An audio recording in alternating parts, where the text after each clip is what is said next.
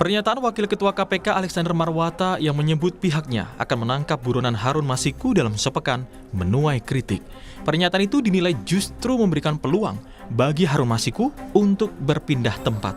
Peneliti Pusat Kajian Anti Korupsi UGM, Zainur Rahman, menyebut pernyataan Alexander Marwata itu terlalu detail terkait teknis pengejaran sehingga kontraproduktif.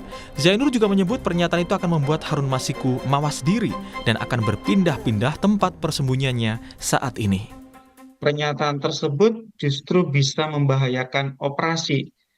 Harun Masiku bisa mawas diri dan kemudian berpindah-pindah tempat persembunyian. Mungkin awal mulanya pernyataan Alexander Marwata ini untuk meyakinkan kepada publik mengenai keseriusan KPK. Tetapi ya dengan pernyataan yang disampaikan Alexander Marwata, publik justru semakin bertanya-tanya, apakah Alexander Marwata ini ingin menunjukkan transparansi kinerja KPK atau justru gitu ya memberi kesempatan kepada Harun Masiku untuk bereaksi atas kerja-kerja yang dilakukan oleh KPK. Wakil Ketua KPK Alexander Marwata membantah bila dirinya menjanjikan bisa menangkap Harun Masiku hanya dalam waktu seminggu. Alex bahkan mengaku tidak mengetahui keberadaan Harun Masiku yang sudah menjadi buron selama 4 tahun. Menurut Alex, ucapannya di DPR kala itu hanya ungkapan harapan. Saya kan bilang, semoga, ya kan semoga. Ya. Kalau saya bilang, ya kan harapan. Bukannya tahu posisinya di mana kalau itu penyidik itu. Biar itu menjadi tugas penyidik untuk mencari, kan gitu. Kalau sebagai pimpinan semoga dalam 1 minggu atau secepatnya itu bisa ditangkap, kan begitu. Kalau saya sekarang sebenarnya semoga besok tertangkap, nah sama saja kan itu harapan kita semuanya. Dalam pernyataan sebelumnya, usai melakukan rapat kerja dengan Komisi 3 DPR hari Selasa lalu, Alex berharap Harun bisa tertangkap dalam waktu 1 minggu.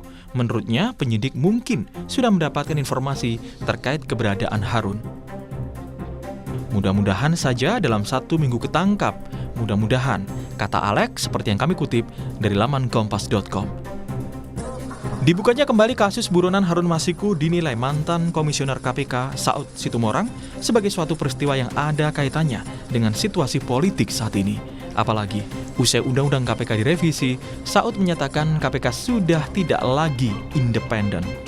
Jadi tolong semua masyarakat Indonesia memahami bahwa ini bukan peristiwa kemarin terjadi dan peristiwa yang sudah hampir lebih 4 tahun tiba-tiba saja menjadi sebuah isu yang menjadi perguncingan. Setelah Undang-Undang KPK itu diganti, Undang-Undang 19 2019 itu, Anda sulit mengatakan bahwa KPK itu independen. KPK itu disandera, diremut oleh seseorang dari luar untuk kemudian melakukan langkah-langkah kebijakan. Of course pintu masuknya adalah kasus Harun Masiku. Tetapi most likely, analisis boleh salah, framing kita menunjukkan bahwa ini sangat naif kalau kita katakan tidak terkait dengan persoalan politik. Kasus suap Harun Masiku berawal saat tim KPK menggelar operasi tangkap tangan pada 8 Januari 2020. Harun yang merupakan kader PDI Perjuangan saat itu mengikuti Pileg 2019. Ia kemudian diduga menyuap mantan Komisioner KPU Wahyu Setiawan yang divonis 7 tahun penjara dan kini sudah bebas bersyarat. Tim Liputan, Kompas TV.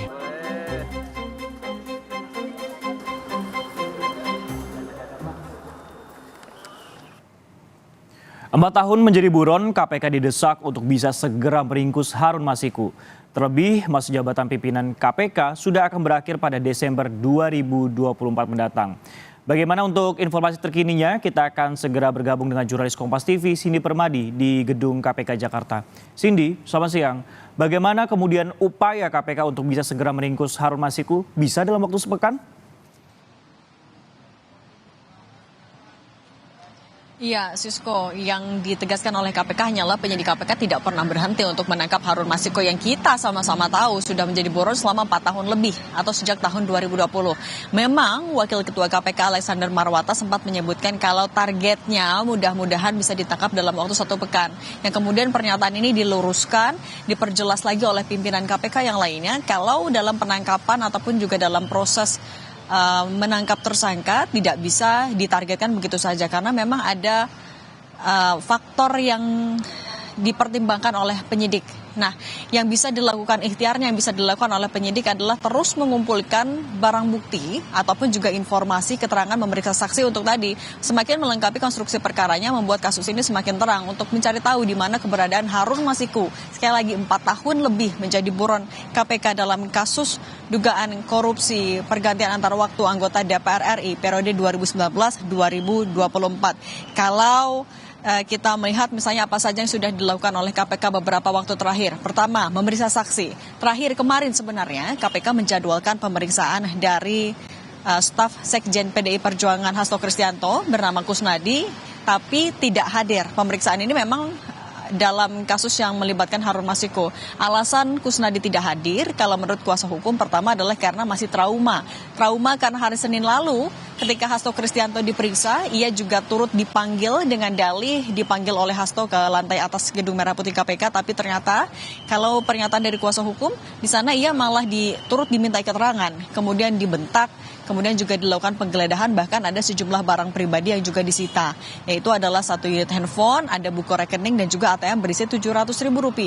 Ini yang menjadi tanda tanya dari kuasa hukum PDI Perjuangan, mengapa dilakukan hal seperti itu, padahal Kusnadi bukan objek berperkara dan bukan pihak yang dijadwalkan untuk diperiksa sebagai saksi pada hari itu. Kemudian alasan yang kedua adalah karena pemanggilannya tidak sesuai prosedur. Pemanggilan dilakukan secara terlalu mendadak sehingga dari kuasa hukum Kusnadi juga meminta agar KPK melakukan penjadwalan ulang.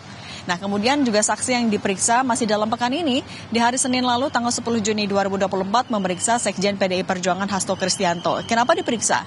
Karena menurut KPK, dugaannya Hasto Kristianto mengetahui soal transaksi suap yang dilakukan antara Harun Masiku dan juga pihak-pihak lain, termasuk juga ex-komisioner KPU Wahyu Setiawan. Nah, ini akan didalami oleh KPK. Kalau KPK juga sebenarnya sudah bilang, penyidik sebenarnya sempat ingin mengajukan pencegahan ke luar negeri bagi Hasto, tapi pimpinan menilai tampaknya belum perlu sekarang mengingat Hasto Kristianto yang juga masih kooperatif terhadap panggilan KPK, terhadap kebutuhan permintaan keterangan KPK, dan Hasto juga kegiatannya mayoritas berada di Jakarta sehingga pencegahan ke luar negeri dinilai belum perlu. Bahkan kalau menurut KPK, pimpinan KPK, Hasto Kristianto juga meminta agar ia bisa memberikan keterangan lagi pada bulan Juli 2024 nanti.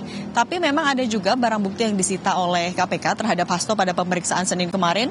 Misalnya ada 2 unit handphone dan juga 1 buku atau 1 catatan pribadi Hasto. Ini memang menjadi pertanyaan dari pihak kuasa hukum PDI Perjuangan, mengapa ada penyitaan seperti itu, apakah sudah sesuai prosedur atau belum.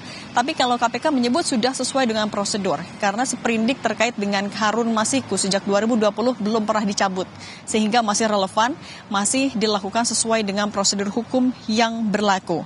Kemudian KPK juga sekaligus menepis kalau pemeriksaan Hasto ini tiba-tiba atau sesuai dengan ada intervensi ataupun juga ada tekanan politis. Kalau KPK bilangnya sebenarnya ini adalah pemeriksaan yang masuk ke dalam suatu rangkaian. Jadi sebelum Hasto diperiksa, informasinya ada 3 orang yang juga diperiksa terkait dengan keberadaan Harun Masiku, 1 orang pengacara dan 2 orang mahasiswa. Ketiganya didalami soal informasi bahwa ada pihak yang mengamankan Harun Masiku atau menutupi keberadaan dari Harun Masiku.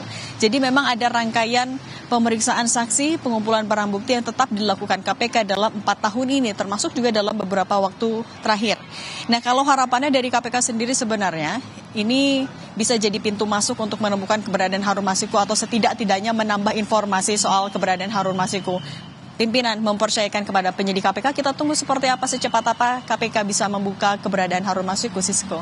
Untuk membuka rangkaian tersebut harus dilakukan pemeriksaan kepada sejumlah pihak. Terima kasih Cindy Permadia melaporkan langsung dari Gedung KPK Jakarta.